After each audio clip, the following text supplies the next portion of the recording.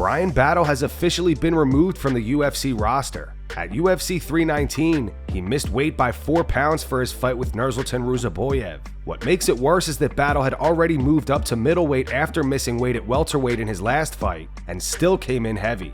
He was 7-1 in the UFC since winning the middleweight tournament in the 29th season of The Ultimate Fighter in 2021. Then Askren provides an update on his health since his double lung transplant. He was recently sent home from the hospital for the second time and reveals he's starting to walk without a walker and everything is moving in a positive direction. What's up, everybody? Update number, oh shoot, is this 12 or 13? I don't know. It's been 6 days since the last one. I did check that. Now at this point, I kind of feel like I'm bragging because everything's good. Not knock on wood, of course, right? Knock on wood that it stays that way. I had a bunch of doctor's appointments yesterday, and everything was good. Everything's moving in a positive direction. Obviously, I'm still scrawny. I'm not out of the woods just quite yet, but it's starting to look really positive. Starting to walk without a walker. So I got nothing but good news for you guys. It's starting to feel really good. Nate Diaz slammed Khamzat Chimaev for his performance against Dricus Du Plessis. Nate says Khamzat fought scared. I don't like that kind of fighting. What's it boring? Fighting? It's boring to me. Like it's when it's on the ground the whole time? Like he's supposed to be a big scary guy, right? And do you remember when he had him in side control and he's holding him? Yeah. Dominating him, right? And then he's like, lets go and then hits him a little bit, like little soft punches. And it's like, that's what people don't understand about like the styles. Like that type of fighter is a scared fighter. He's scared for his life that he lets go that much to hit. He's that afraid that if he lets go to hit him hard, that motherfucker might get up and get the away from him. So that's a scared style to me. And he comes off as this big intimidating guy, but he's a big old scared child. And I think and that's why I tweeted about it. I said, he's not a fighter because you could tell by how scared he is holding him that tight. Jon Jones has responded to Daniel Cormier after he made some comments about him to Shannon Sharp. DC said he couldn't put Jon or Anderson Silva on his MMA Mount Rushmore because they both popped for PEDs. Give me your Mount Rushmore fighters. Demetrius Johnson. Okay. George St. Pierre. Okay. Khabib. Mm-hmm.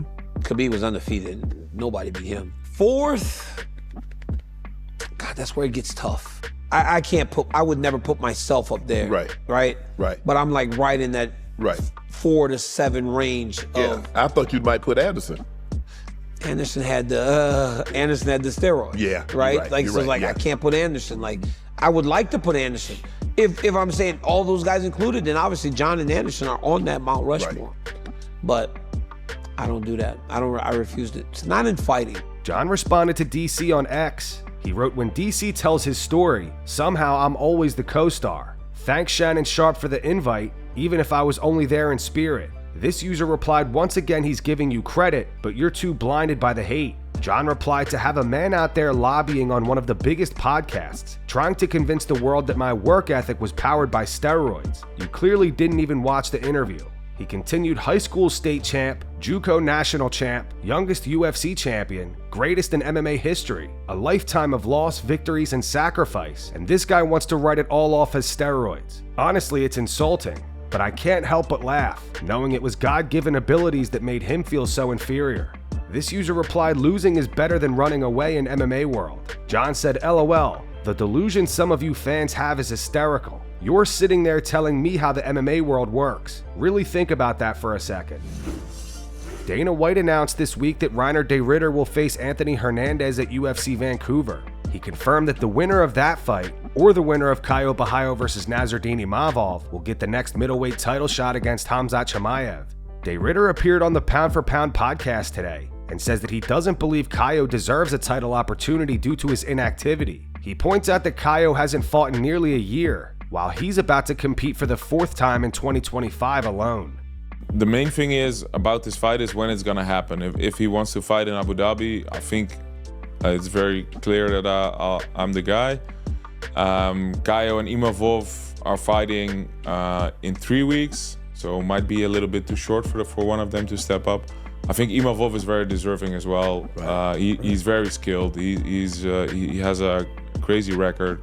What he did to Adesanya was great. Was amazing. I didn't expect that at all, and it was perfect. I think Caio should. He's not there. He didn't even fight this year, I think. So his last win was over Cannonier, maybe. His best win is Cannonier, which is good, but MVP just beat him as well. So I beat 5 guys this year, and he beat nobody this year. So I think he's not there at the moment. And I'd say Fluffy is he's close as well. He's very good. He did amazing in his last fight, and he deserves a shot soon as well. But let me get this one. So you feel? Yeah, Borralho, it seems like he's there, but he's not there at all. He's not even close, to be honest. Aljamain Sterling says he plans to showcase his striking this weekend against Bryan Ortega, believing it will be a key factor in the fight. He also acknowledges Ortega's elite grappling and admits that he can't afford to make any mistakes. Ortega's a pretty chill dude. I mean, tough opponent, great boxing. I think really good jiu-jitsu. Most people have seen that side of him over and over again in a lot of his fights. You can't count him out because he always comes back and finds a way to win. So there's a couple of things that we have to keep in mind going into this fight. Being smart, he's also got the veteran experience, so I don't expect him to make too many mistakes. And I just have to be sharper in every single position and try to win every single minute of the clock and in the exchanges. So every single minute is going to be crucial, just making sure I'm in the driver's seat and controlling the tempo of the fight and utilizing my takedowns when I can, and hopefully gun for a finish. Saturday night's going to be very, very interesting. It just depends on what Bryan Ortega shows up. I know the version of myself that's going to show up. I'm going to be looking to go forward, push the pace, and look for my entries. Hopefully I get to show off a little bit of my striking I've been working on a lot with Mateus, and I think that's going to be a key to this fight. I think it just depends on what he decides to do. I think his game plan is probably looking to force me to shoot into a guillotine so he can set me up and trap me there.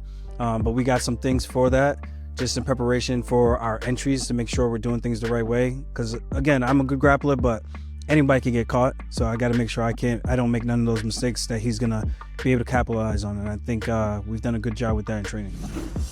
Belal Muhammad is still pushing for a fight with Kamaru Usman next. During a recent Q&A, he said, "Honestly, for me, I'm not even really paying attention to anybody else. I'm looking at my next fight, my next opponent. If you guys see Usman around here, make sure you tell him that I'm looking for him. Just waiting for one of these guys to stop talking and sign the contract. We're looking for Usman. We're ready. I'm ready.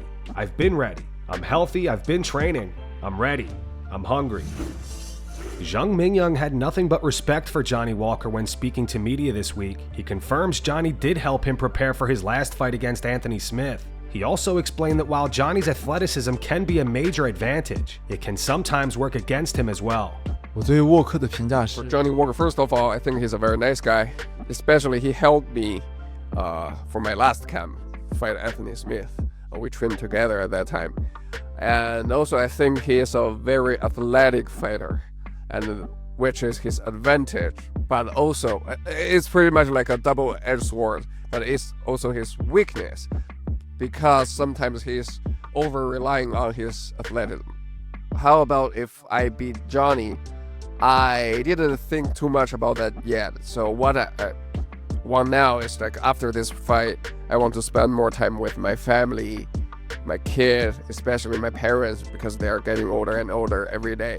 Because in the past few years, I didn't spend enough time with them, because since you signed with UFC, you know you're gonna facing the best of the best fighter in the world. Yeah, everyone is a monster, is a beast. So you have to keep working, keep improving yourself. So I hope I can spend more time with my family. That is what in my mind now.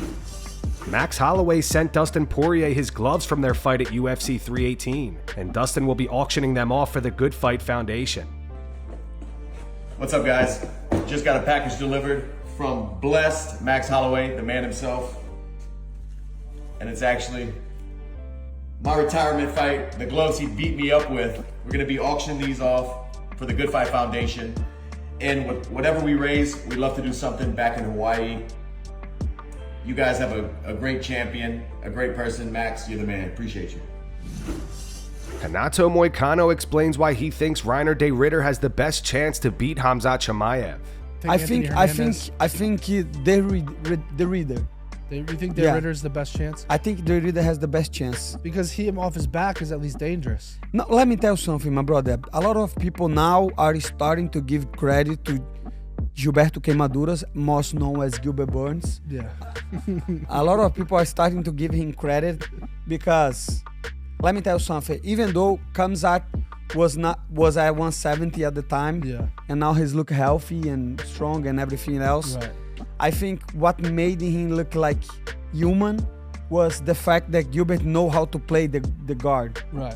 You know? For sure. Because think about that, like DDP was not really trying to escape. Right. You know? Khamzat, he was trying to avoid the takedowns, but once he got on the ground, he would like turn the back and then Khamzat would get his back and then we will like throw the knees and try to control. But not Gilbert. Gilbert, like every time that he was at the ground, he was trying to sweep. He was making Khamzat work, you know. And I think De Ridder, with his style, he could do that. Rampage Jackson and TJ Dillashaw agree that Dricus Du Plessis shouldn't even mention rematching Khamzat Chimaev. TJ also praises Khamzat for his cardio. Should he and his team try to seek an immediate rematch? No. You just got destroyed. You just got destroyed. Yeah. Like, no, DDP shouldn't even say the word re or match in the same sentence in an interview. Yeah. Hey, with all due respect, Yeah. DDP needs to probably go to a different weight class. He probably should like go drop down a weight. No, he's too big to drop down. He's stuck. Yeah. Look at that cardio, boys. Unbelievable. Cardio was sick. I didn't watch it live. I watched it the day after because I was at the Sprouts convention. And when I saw that it was a 5-round, insanely unanimous decision, I just knew it's like, let's go, right? Like everyone thought the only way he was going to win was by finishing him. He went out there and just put on an absolute clinic. I was surprised with how easy he made it look. I know he was good. I thought it was gonna be a lot harder of a challenge. I mean, I'm a DDP fan as well too, like his pressure and the way he fights, right? But Chimaev looked like very low level, like he'd never wrestled a day in his life before. It was crazy. He took him down and crucified him in under 50 seconds. You know what I mean? Like under 50 seconds, he got taken out and crucified and like held him there for so long. Insane to me.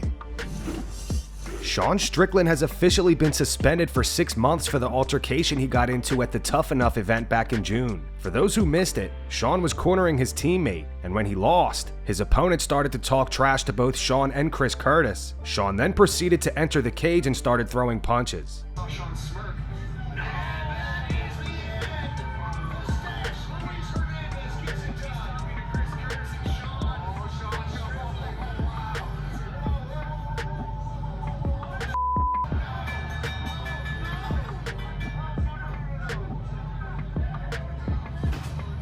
First reported by Nolan King, Sean has been suspended for 6 months by the NSAC. His suspension can be reduced to 4.5 months if he completes an anger management course. He's also been fined $5,000 plus legal fees. Chris Curtis also received some punishment. He was fined $2,500 plus legal fees. And that's going to wrap it up for the news. Thanks for watching. For daily MMA news and content, subscribe to Full Mount MMA and click the bell icon to be notified when we post videos. Here are the 3 top comments from last video. These comments are in reference to Aljamain Sterling saying that it's stupid that he's fighting Bryan Ortega for 5 rounds this weekend. Due to the fact that they're the co-main event, there's no title on the line, and they're not getting compensated any extra. The first one's from Terrible B-Hop. It says Aljo isn't wrong. The second one's from Sean Gallagher. It says Aljo is right. Pay them more for the 2 rounds of potentially life-changing damage. And the final one's from SL9673. It says agree with Aljo. They gotta work 40% longer without extra pay. Doesn't make sense. Those were the 3 top comments from last video. If you want to be featured in the next one, all you have to do is comment down below. And if you missed yesterday's news, click the video on screen right now to get caught up.